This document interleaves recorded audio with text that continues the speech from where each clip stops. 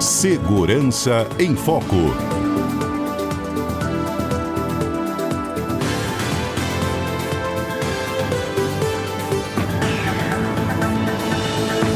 Nove horas e 50 minutos, estamos ao vivo com o nosso Segurança em Foco de quinta-feira e a gente fala sobre cada vez mais, há um aumento do uso de plataformas online, inclusive para as compras do dia a dia. E aí, há inúmeras estratégias que a gente sempre aprende aqui com os nossos convidados, com os nossos comentaristas, de como que a gente aumenta também a segurança em volta, dos hackers, das possíveis clonagens, uso indevido de nossas informações. Sobre este assunto a gente conversa agora. A estratégia do cartão virtual é ou não uma boa pedida? Minha convidada é a economista Adriana Rigoni. E Adriana, seja bem-vinda, bom dia. Bom dia, Fernanda, bom dia, ouvintes. Obrigada pela sua gentileza. Adriana, a gente realmente vive num mundo altamente tecnológico, né? Eu tenho visto assim que até as compras de casa as pessoas não têm ido mais aos lugares físicos, e pedindo para entregar tudo em casa. Isso tem sido uma grande tendência, sim, essa mudança de comportamento do consumidor. E aí a gente usa plataformas para poder fazer o pagamento dessas compras. E sempre eu me sinto sempre vulnerável. Então, mas existem algumas estratégias. É que, na verdade, o sistema mudou bastante, mas ainda o que está faltando é a nossa educação para esse ambiente digital. E como é que funciona essa estratégia aí para um ambiente mais seguro? Bom, nós hoje em dia temos realmente várias opções. As pessoas utilizavam antigamente, sem dúvida, ainda usavam o dinheiro. Acho que hoje em dia o dinheiro físico está cada vez mais raro. Acho que quase ninguém usa mais. E também ainda tem um cartão que a gente fala, o cartão de crédito, aquele físico. Entretanto, ele é o menos seguro de fato. O uso do cartão virtual, ele traz várias possibilidades. Sem dúvida, a gente tem que observar alguns pontos, como, por exemplo, eu tenho que procurar saber, claro, qual é a empresa que está vendendo aquele produto. É bom você fazer uma busca, dar uma olhadinha no histórico dela, mas utilizar o cartão virtual, ele sim é uma grande opção. Uhum. Como que é o cartão virtual? É aquele que a gente tem uso único? Então, na verdade, existem duas tecnologias, Existe um cartão que é o espelho do seu cartão físico e que, de qualquer forma, ele está vinculado ao seu cartão físico, mas ele gera, na hora que você vai transmitir, não é a foto do seu cartão, deixar bem claro. Tirar a foto do cartão de crédito físico e mandar para alguém, isso está fora de questão, isso não deve ser feito. Mas, na verdade, ele gera um número para você que é um número temporário. E esse número temporário, ele vai te dar uma segurança, porque ele vai mudar, inclusive, o código de verificação, aquele código de segurança que tem lá no verso do cartão físico, Então, ele já é uma segurança, mas esse não é a única forma. Eu estou dizendo para você daquele cartão que, de fato, vamos dizer assim, seria virtual, que está vinculado a uma carteira tipo uma Apple Pay, uma Google Pay. Tá. Eu vou voltar aqui no item que você falou, assim, jamais mandar foto do seu cartão. Conta mais um pouquinho sobre isso. Então, quando você manda, na verdade, a foto do seu cartão físico, é como se você, de fato, perdia do seu cartão e estivesse deixando disponível para alguém. Por mais que você fale assim, mas aquilo dali, o que ele vai fazer com essa informação? Você não sabe quem está recebendo e o que vai estar fazendo com aquilo dali. Ele pode armazenar e começar, por exemplo, a fazer compras em sites informando aquele dado do número do cartão, da data de vencimento, do código de segurança. E aí sim vai te dar um trabalhão para você conseguir cancelar depois. E para você provar que não era você que estava fazendo essas compras, Porque até para isso os bancos abrem protocolo, não é mesmo? Isso, mas de qualquer forma, como você falou, até você conseguir, primeiro você vai ter que estar com a sua conta já acompanhando e até de preferência, que isso aliás é uma ótima dica, você está sinalizando, botar aquele alarmezinho de quando for feita uma compra com o seu cartão no seu banco. Uhum. Então, você já detectou, na mesma hora você já teria que, na verdade, já fazer uma contestação dessa compra, inclusive até recomendado que faça até um boletim de ocorrência para você ficar mais seguro ainda, já que você vai precisar desse tipo de informação. É aquela opção de notificação, e aí vem você comprou esse produto, se não foi você, bloqueie, não é isso?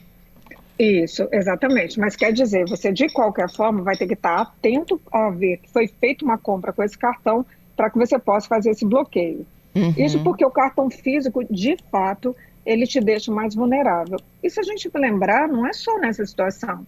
Você, por exemplo, você está fazendo uma compra com cartão físico, você foi fazer uma compra no estabelecimento qualquer, ele pode estar usando aquilo que o pessoal popularmente chama de chupa-cabra, né? Quer dizer, está pegando ali seus dados. Então, com cartão físico, você está sempre muito mais vulnerável do que com cartão, na verdade, virtual.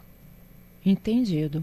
Falando em chupa-cabra, né? Muito se fala dessas pessoas que andam em busca de aqueles cartões de aproximação. Uhum. Na prática, como é que isso funciona?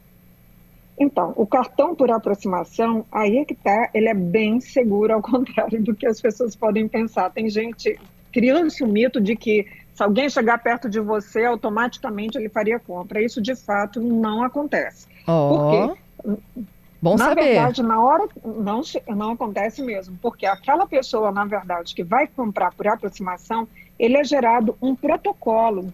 E esse protocolo de segurança, ele vai exigir que você faça a confirmação da compra. Então, não tem como alguém simplesmente pegar e passar a compra como se fosse você. A gente chama isso de NFC, né? Quer dizer, exatamente um protocolo de aproximação por você estar perto. Então, ele faz essa comunicação. Mas você, de fato, de qualquer forma, autorizar. Ele não é automático. Você tem que digitar uma senha para autorizar? Pode ser que seja até uma biometria ou mesmo a sua leitura de face, tá?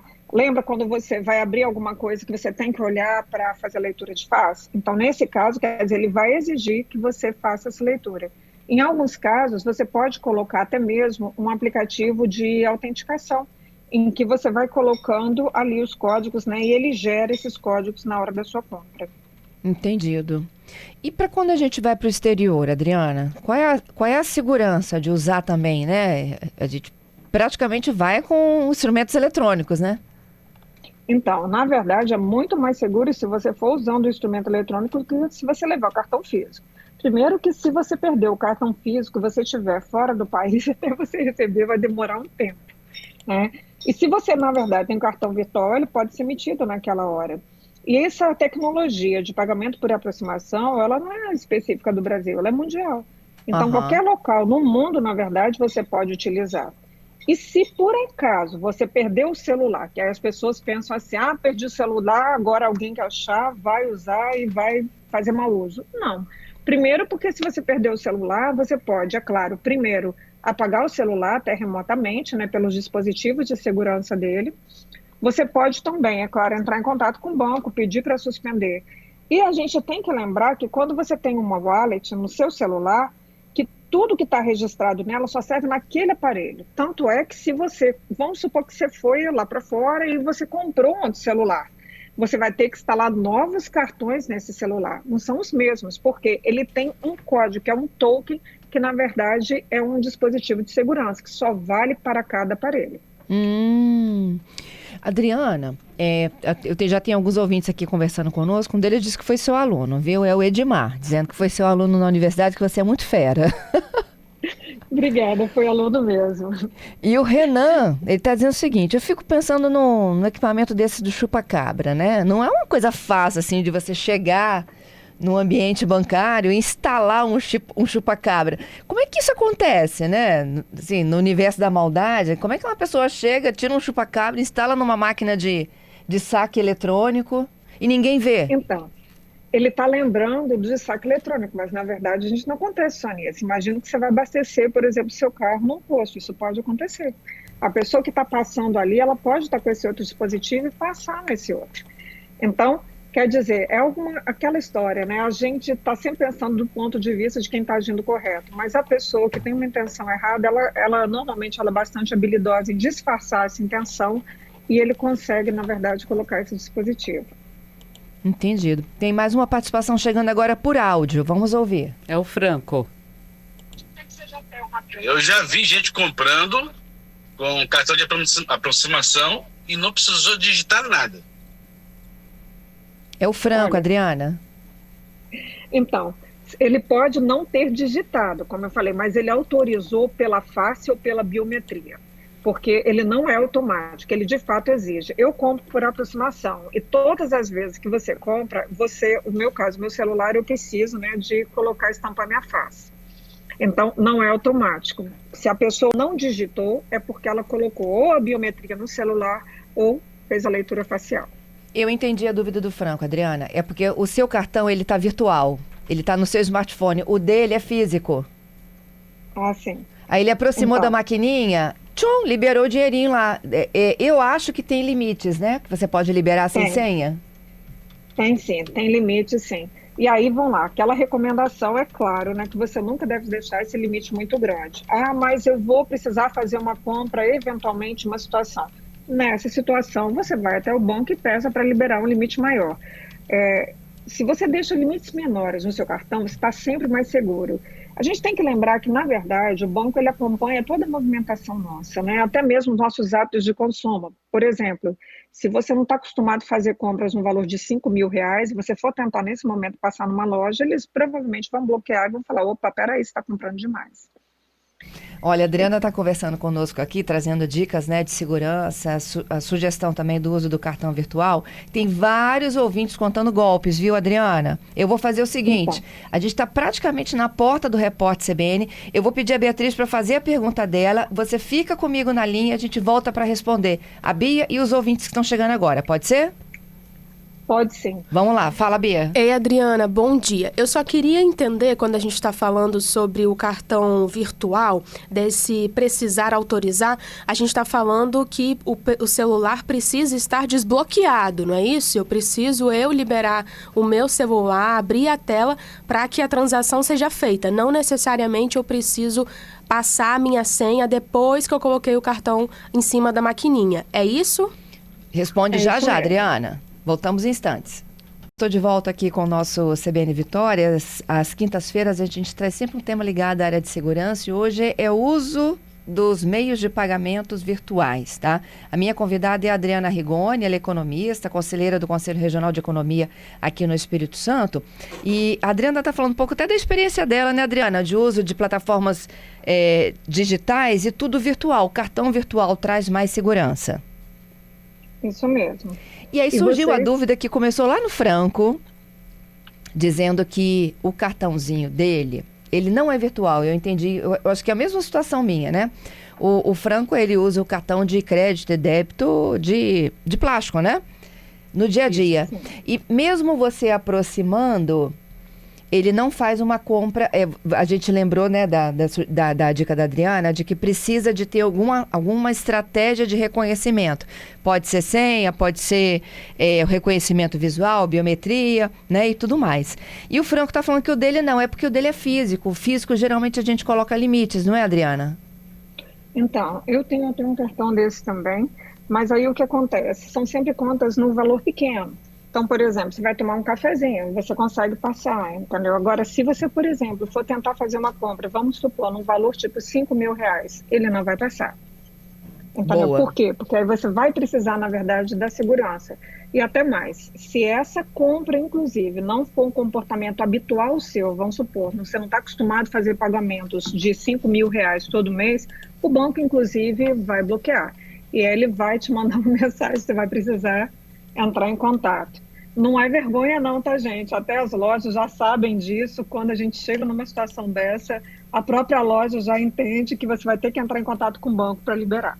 Isso. E a Bia deixou a dúvida dela de uso do cartão virtual.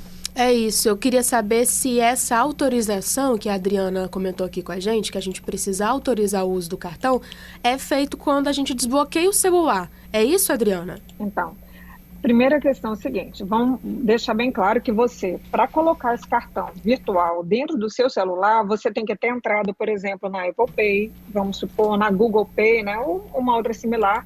Você vai ter que ativar esse NFC no seu celular e aí você desbloqueia. Quando você aproximar da maquininha, inclusive no meu, por exemplo, eu tenho que dar 2 cliquezinhos no botão da direita lá. E aí você vai conseguir fazer o pagamento. Entendi. Uhum. Patrícia, mais perguntinhas aí. Vamos lá. É o Alexandro conosco falando que ele caiu num golpe com um cartão físico e explicou como foi esse golpe, Fernanda. Bom dia, Fernando. Eu caí num golpe no posto de gasolina, o cartão físico. Eu digitei a senha, o cara falou que a senha estava errada. Aí eu digitei de novo, ele falou que a senha estava errada. Aí ele foi e me deu uma outra máquina, eu digitei a senha, passou. Só que nisso aí, meu cartão foi clonado. Entendeu? Aí só foi descobrir quando chegou a fatura, não tinha essa fatura digital que tem hoje. Então, a sugestão nesse caso é você já colocar a notificação para que cada compra que for feita no seu cartão você ser notificado. O banco tem essa opção, eu ativo porque você fica sabendo na hora. Mas por isso que eu falei com vocês, o cartão físico, gente, ele é o mais fácil, na verdade, de ser burlado. Existe um outro problema também com o golpe, hoje em dia, aquelas mensagens, né? Que as pessoas, na verdade, recebem, aí elas vão sendo induzidas por uma mensagem a colocar os dados dela, né, inserindo a informação, aí digita aqui sua senha, o atendente diz que está com problema, que tem que solicitar a senha de novo, e as pessoas vão sendo induzidas, na verdade, a fornecer informações e acabam autorizando até compras de situações suspeitas. Mas o cartão físico ainda é o que tem mais recorde em termos de fraude. Uhum. Paty, pode continuar. Tem o Leonardo participando conosco dos Estados Unidos. Pois é, o Leonardo diz que lá nos Estados Unidos eles fazem tudo eletronicamente. Ele só não disse se por cartões virtuais, ou os números originais, ou se eles geram cartão virtual além do cartão original, mas é tudo eletrônico. A Jânia? A Jânia conosco dizendo que ela e a filha tiveram os cartões virtuais clonados. O dela foram R$20 no YouTube, do Uber, e o da filha dela, o golpe foi de R$1.000 dividido em 100 vezes na Amazon. E aí elas tiraram todos os cartões virtuais de todas as plataformas que ficaram salvos. O Alex está perguntando sobre o cartão Black. O cartão Black, se ele tem uso com limites altos? Porque tem cartões que são com limite limitado, né? Não só limite alto, mas são limites limitados. Mas eu acho que quem coloca o limite de segurança somos nós, né, Adriana? Mas então, peraí, duas coisas primeiro, né? Como a outra que falou caiu um golpe. Uma das coisas que é muito importante é você não ficar colocando o seu cartão virtual e salvar os dados em sites de compra. Porque quando você faz isso, de qualquer forma, quem está ali vasculhando, e se você por acaso teve o seu computador com alguma coisa infectada, ele pode buscar esses dados. A melhor coisa é que para compra virtual, você não fique salvando nos sites. Você gere um novo cartão virtual e cada vez que fazer uma compra, use esse cartão exatamente porque eles trocam o código de segurança muito periodicamente e aí você não correria esse risco. Né? Então, esse é um ponto bem importante em termos de segurança. Agora, eu também já estive lá nos Estados Unidos, eu tenho uma irmã que mora lá e, de fato, falei assim, lá você consegue fazer todo esse pagamento só usando os cartões virtuais. Tá? Lá é muito comum esse tipo de situação, até mesmo o cartão físico se usa muito pouco. E a terceira pergunta... A terceira pergunta... É do cartão com... É o cartão Black. O cartão são os cartões top, né? Que tem... Sim, nem eu tenho limite um cartão tem. Black. Mas veja bem, mesmo você tendo um limite maior, o que acontece? O banco está monitorando. Você não faz essa compra no valor alto, como eu falei, aquela história do comportamento de compra. Os bancos ficaram muito expertos nesse acompanhamento da nossa vida. Então, se você tem um hábito, mesmo está usando esse cartão, de fazer compras periódicas, vamos supor, o valor é 2, 3 mil, está tranquilo, ele está acostumado, está vendo que você tem esse hábito. Mas se de repente você vai fazer uma compra, mesmo você tendo autorização de 25 mil, por exemplo, ele vai te ligar e vai questionar. Ele fala, é você mesmo que está fazendo a compra? É por uma normativa de segurança. Então, não é que você vai ficar impedido, mas ele vai exigir uma confirmação. Bom, e as últimas participações, eu tenho vários. Lá no YouTube, inclusive, tem um ouvinte. A Cirleia, me contando, inclusive, dos golpes, envolvendo o golpe do falso advogado, né? É uma outra situação, mas ela está falando que ela tem vários clientes que foram alcançados por golpistas do golpe do falso advogado. E, por fim, os nossos ouvintes também no WhatsApp, eles estão fazendo o seguinte relato. Deixa eu voltar para eles aqui, olha... o Luan e o Antônio Carlos, eles falam basicamente da mesma coisa. O Antônio Carlos, ele diz o seguinte, sou usuário de Apple, tá? Tanto o Apple Watch quanto o iPhone. Aí ele diz que os cartões estão todos na carteira da Apple. Ele faz pagamentos variados, nunca teve problema nem para digitar senha. Por quê? Porque foi o que você falou, Adriana, tem o Face ID E no relógio tem a biometria, daquelas 2 batidinhas laterais, e aí o cartão, ele automaticamente se abre. Mas o outro está falando, Luan, que no Android não há todas essas estratégias de desbloqueio, que é direto. Bom, como eu falei, eu realmente sou usuário da Apple, e a Apple eu sei que é um sistema super seguro. Você falou, então, eu tenho a questão vamos dizer assim, do Android. Ele também tem alguns dispositivos de segurança, tá? O que você tem que fazer, na verdade, é habilitar. Porque todo aparelho, ele tem as suas diretivas. Você pode colocar mais ou menos dispositivos de segurança. Então, o ideal é que você use sempre mais do que um fator, né? Para que ele possa estar solicitando em caso de alguma compra. Mas isso daí você consegue fazer essa configuração. É isso. O golpe do advogado que a pessoa falou, eu conheço bem, porque eu tenho um filho advogado e eu sei que o escritório que ele está trabalhando passou por isso recentemente. Mas o que ele está querendo dizer é que as pessoas estão pedindo pagamentos e muitas vezes as pessoas acabam, né? Estão com um processo ativo, um determinado advogado, e as pessoas começam a fazer uma solicitação de pagamento e a pessoa cai clicando em links, entendeu? Autorizando dados. É aquela máxima, o banco não pede nenhuma informação para você. E até mesmo o escritório de advogado, eles têm investido bastante em diretivas de segurança, exatamente para evitar esses golpes. A primeira questão é, se alguém está te cobrando alguma coisa a mais, não caia nisso daí. Primeiro, entre em contato com o próprio advogado e não fique fazendo isso pela mensagem de WhatsApp, porque eles estão conseguindo fraudar bastante, imitando o próprio perfil, por exemplo, daquela loja ou mesmo esse escritório. Eles conseguem clonar a foto, por exemplo, do advogado, cria uma nova conta e aí fala, meu número mudou. Não cai nessa, porque isso é fria. E por fim, olha, como a gente chega em todos os cantinhos do mundo, viu, Adriana? O Lenaldo está nos Estados Unidos ouvindo o CBN Vitória e tem o Josimar nos ouvindo na Alemanha. E ele diz o seguinte, a União Europeia sempre dá como dica priorizar o cartão virtual por tudo aquilo que você defendeu logo no início. A Alemanha, ela é bem segura, né? Aliás, o sistema, né, europeu, eles primam muito por isso, mas eles têm uma coisa que eu acho muito interessante, é que eles investem bastante na educação do consumidor. E é isso que ele está falando aí. Eles divulgam bastante essa informação. Isso é uma coisa que a gente ainda tem que aprender com esses países. É isso. Adriana, obrigada pela super conversa, hein? Cheia de dicas aqui pra gente, hein? Que isso, fique à vontade. Muito obrigada. Eu que agradeço a participação. Até uma próxima. Até a próxima. Um bom dia.